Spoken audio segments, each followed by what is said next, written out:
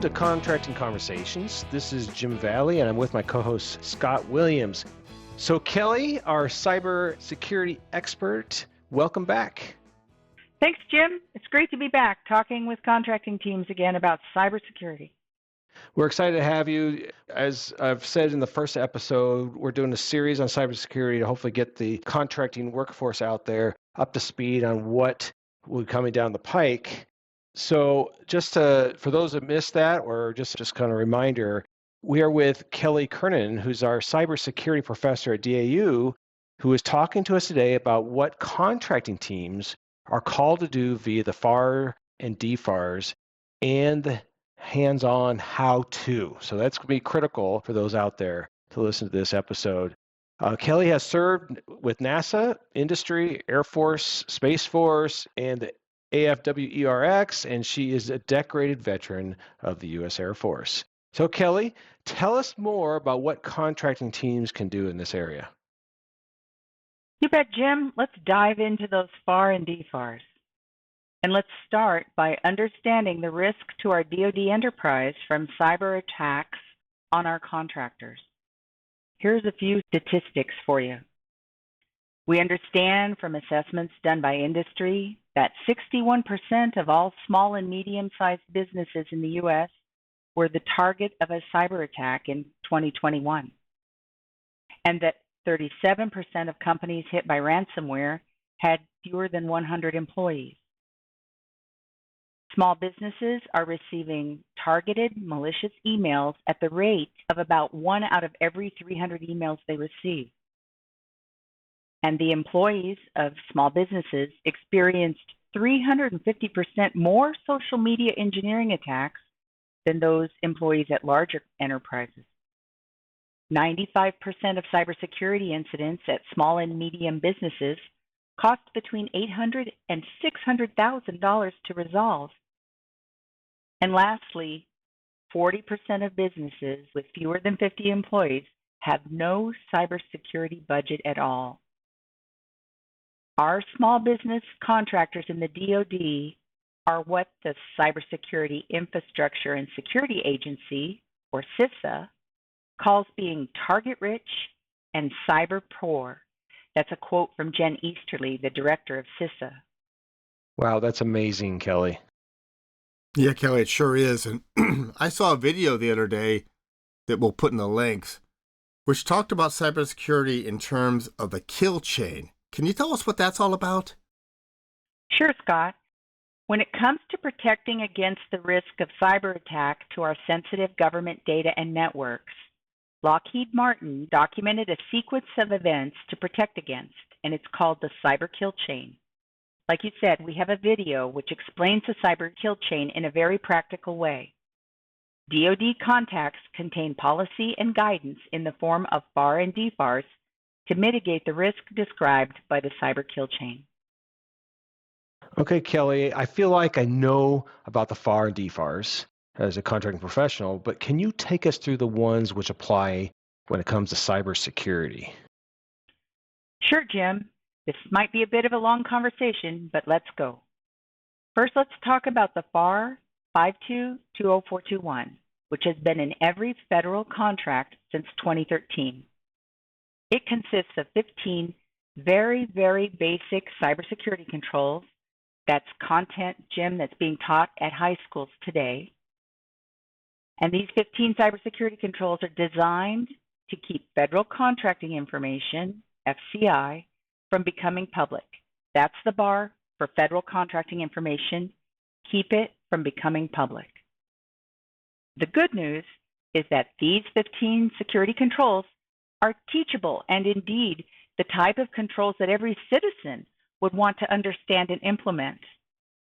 If your contractor is micro-small, they can implement on their own to the level defined by the DoD CIO as self-inspection. DAU has a Cyber Solutions course on this FAR 52-20421 for contracting teams every month. If your contractor is large enough to have an IT person or an IT department, the IT department will have the necessary skills and will have already put these 15 basic cybersecurity controls in place. Indeed, they would have done so long ago, as it's a very basic part of doing IT business. The bar is low for FCI, but still vital. We must keep FCI from becoming public. We'll move on now to the DFARS 252-239-7010, which talks about the requirements for cloud service providers and the use of government data and the environment it's kept in. It adds requirements for cyber incident reporting and damage assessments, and it needs to be flowed down to subcontractors. The DFARS clause 252-204-7012 is titled Safeguarding of Covered Defense Information and Cyber Incident Reporting. It directs contractors on how to report cyber incidents, how to submit malicious software, and how to facilitate damage assessments from cyber incidents. And it goes in depth on the topic of safeguarding covered defense information. Covered defense information is the umbrella term for Department of Defense controlled and classified information in its many categories. You can read about those categories at www.dodcui.mil. Jim, this DFARS provides definitions and instructions on how to report and where to report cyber incidents and malware over at the DoD Cybercrime Center at dibnet.dod.mil. DC3, the DoD Cybercrime Center, has a wonderful website that will guide anyone having a cyber incident, and it will provide advice and help with creating the required reports. This DFARS also provides the definition of adequate protection for DoD CUI and defines it as the implementation of NIST SP 800-171, and further clarifies that this implementation has been a requirement since 2017. And of course, NIST stands for National Institute of Standards and Technology. And this DFARS, among all the others, is also to be flowed down to subcontractors. We'll talk more about it later, but this effectively means that you cannot provide controlled unclassified information to any contractor that has not implemented NIST SP 800-171. And we'll talk more about how hard it is to tell if that bar has been met. Moving on, let's talk about the DFARS Clause 252-204-7008, Compliance with Safeguarding Covered Defense Information Controls. This DFARS talks about what is required if a NIST SP 800-171 control is not fully implemented, and this is a common occurrence. This DFARS takes out any sort of perceived loophole and reviews the process and procedures for contractors to follow if they have not completed implementation of NIST SP 800-171. And it states that for any item that is incomplete, the contractor still has to provide an alternative but equally effective security measure to compensate for their inability to satisfy a particular requirement of NIST SP 800-171, and they must achieve equivalent protection. So although some contract implementers of NIST SP 800-171 create a plan of action or a POAM to list the security controls which are temporarily incomplete, this DFAR says that in effect, total security needs to always be in effect. No NIST SP 800-171 control can go unsatisfied if the contract provides or generates Department of Defense CUI. We're still not done. As of November 2020, the Department of Defense issued the DFARS 252-204-7019 and 252-204-7020. These two DFARS call for a self-assessment of a contractor's ability to protect CUI through its contractual implementation of NIST SP 800-171. These DFARS describe the DoD methodology for the self-assessment and its resultant score, a self-assessment score. And then the DFARS describes where to register that score. The DoD assessment, self-assessment scores are registered in the SPRS Supplier Performance Risk System, which is facilitated by a very modern website and help desk. And once again, this DFARS is to be flowed down to subcontractors. Wow, Kelley, that is all new to me because I don't deal with cybersecurity now that I'm working at DAU. We will make sure any links throughout this podcast is in the description below so that they can just go down there and they can find those much, much easier. So thank you. You bet. Yeah, Kelley, that was a lot of great information. But I'm going to ask a follow-up. What about CMMC? Scott, coming soon, as early as the summer of 2025, the newly released DoD CIO's Cybersecurity Maturity Model Certification Program, or CMMC, will have a DFARS, making it a contractual requirement. This new DFARS will provide implementation and timing details for the CMMC program. This will be a requirement for new contracting vehicles. And now, finally, we will be able to tell if the FAR 5220421 or NIST SP 800-171 have been implemented by the contractors. As methodology, audit, and documentation requirements will be laid out in the new DFARS. This new DFARS has taken a long road to come to fruition, but has been anticipated by the cybersecurity ecosystem for years. This is a great step forward in documenting the protection capability for DoD, FCI, and CUI. All right, thanks, Kelley. Yeah, these DFAR clauses, it'll be interesting to see how that goes with the implementation. So which DoD instructions or DODs apply to cybersecurity? Jim, the DoDI 5248, Controlled Unclassified Information, provides guidance along many lines. It should be followed, especially in contracting, as it guides the government and contractors alike. Specifically for contracting, this DoD establishes policies, assigns responsibilities, and prescribes procedures for CUI throughout the DoD, and establishes the official DoD CUI registry. But for this conversation, I draw your attention to paragraph 5.3, which describes how to support DoD contracts. It describes that whenever the DoD provides information to contractors, it must identify whether any of the information is CUI via the contracting vehicle, and it must mark documents, material, or media as CUI.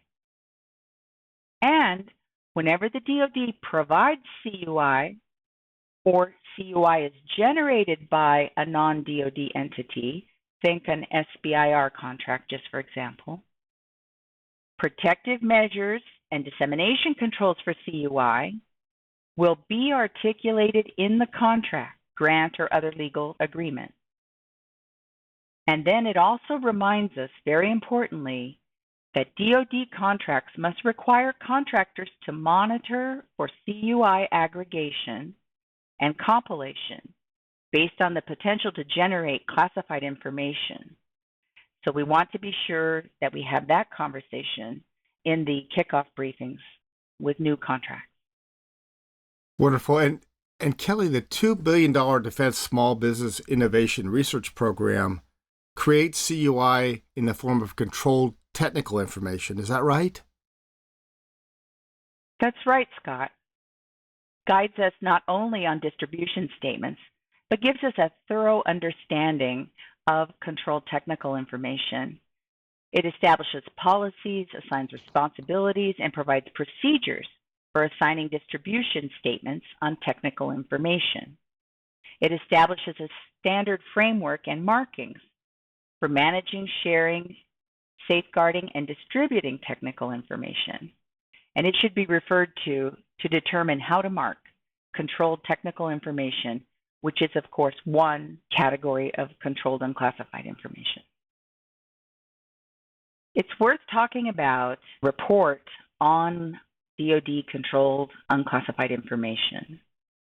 You know, as of 2023, the DoD had over 180,000 active contracts with organizations for goods and services that ranged from laboratory equipment and supplies to management support for weapon systems.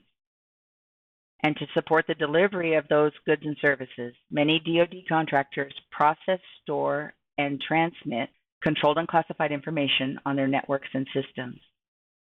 The DoDIG naturally looked into this requirement, and they put out a report on the protection of DoD CUI on contractor networks in November of 2023. And it summarizes a series of DoD audit projects based on, or rather focused on, cybersecurity weaknesses. So from 2018 through 2023, the DoD Inspector General issued 5 audits that consistently found that DoD contracting officials failed to establish processes to verify that contractors complied with the selected federal cybersecurity requirements for CUI as required by NIST. The report outlines 24 open recommendations from previous DoDIG audit reports aimed at addressing cybersecurity vulnerabilities among DoD contractors, including common weaknesses in the cybersecurity protocols of DoD contractors who process, store, and transmit controlled and classified information. Why do we bring that up? We bring that up because it's rather calling for a change. We know CMMC is coming, and it will be good when it arrives. But in the meantime, we have many contracts which need attention right now, and we'll talk about that more. So, Kelley, I'm sure there include myself, many contracting professionals that are in the very basic knowledge of cybersecurity and how it impacts their contracts. So what can contracting team do in this area? Jim, contracting teams will need to ensure there is a cybersecurity subject matter expert on their teams. There's really no way around this until CMMC is in every contract, and that will be 5 or more years. And the solicitation and RFP need to project the CUI requirements very plainly so that bidders and proposers are aware CUI needs to be protected, and they can budget for and bring us qualified information systems. And then set up a review of NIST SP 800-171 requirements in some fashion by that contracting cyber SME. And don't forget to verify that subcontractors have compliant information systems also. You might need to consult with your Information Protection Office, which we talked about in the last podcast, for help in identifying CUI and creating a security classification guide when necessary. So this will involve, Jim, 2 offices which might not traditionally be called on by contracting teams. Let's talk more about those 2 offices. For cybersecurity offices, every wing, group, echelon, etc. in the Department of Defense has a cybersecurity office.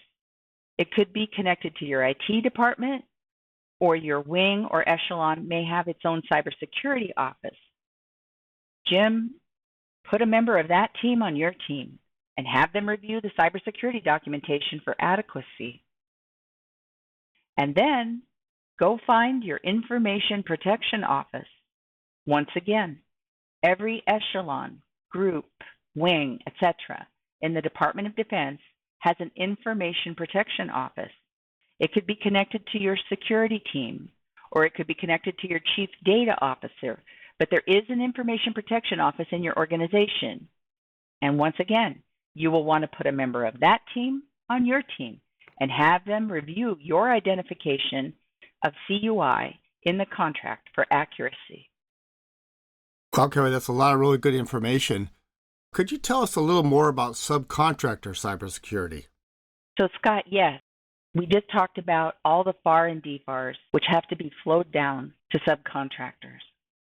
And the elephant in the room is always that if the contractor is going to provide the subcontractor with controlled unclassified information, or if the subcontractors themselves are going to generate controlled unclassified information, every subcontractor must also be compliant with NIST SP 800-171. This requires a full investigation and report by the contractor to the contracting team. Wow, Kelley. So what do we do until CMMC is fully in place? Well, Jim, that's why we're having this conversation, because there are tens of thousands of current DoD contracts which require adequate protection of DoD controlled unclassified information. And for each one of those contracts, there's probably at least 6 or 10 subcontractors who require to be ready to provide adequate protection for DoD CUI. The implementation of NIST SP 800-171 is the only way to achieve adequate protection of DoD CUI as defined by NIST SP 800-171 and the DFARS 252-204-7012. And I'm sorry, Jim, to say, but at this moment, there is no great way to know if that bar has been met. The Defense Contracting Management Agency, DCMA, did a survey of SPURS scores for accuracy, and they found that they were not accurate some 70% of the time. So you will have to ask your current contractors and your contractors in the near future until CMMC is fully operational. You will have to ask them, have you implemented NIST SP 800-171? And Jim, DAU is prepared to help them have that conversation. Asking questions such as, who is your cybersecurity professional? And would you please send your system safety plan and any temporary POAMs you have in place? And then establishing your contracting team, cyber professional, and getting them to take a look at those system safety plans and temporary POAMs to establish that adequate protection is in place for the CUI being provided or generated by the contract. And of course, DAU has a contracting team and other acquisition teams' backs, and training is in place to help you navigate contract cybersecurity. Project managers will have a large role in the new CMMC program. Please check out our offerings and our DAU Cyber Solutions webinars, which can be found at dau.edu/events. And call on DAU if your DoD team would like a specific briefing on a cybersecurity topic. It's part of our mission, and we call it mission assistance. Hey, Kelley, we will make sure we have those links in the description of the video. So we're going to make sure we have links to get to that training that they could use to make it as easy as possible. And Jim, you know we have another podcast scheduled, and it will cover DoD contracting cybersecurity in 2025 and how to get ready. Awesome. Great. Thanks, Kelley. Wonderful information. And folks out there, this is a part of our series on cybersecurity. So this was part 2. If you haven't had a chance, go back and check out the first conversation we had with Kelley, part 1 of this series. So Kelley, again, thank you very much for being on the show. It's been wonderful to be here with you today and talk in depth about what contracting teams can do when it comes to cybersecurity and contracts. Folks, you can find our podcasts on DAU Media, on YouTube, or Apple Podcasts. And if you really like the content, it really helps future podcasts. If you smash that like button, it really helps us out and lets us continue to bring great content like we brought to you today. So, to wrap up, we really appreciate you joining us, and we look forward to having future contracting conversations with you.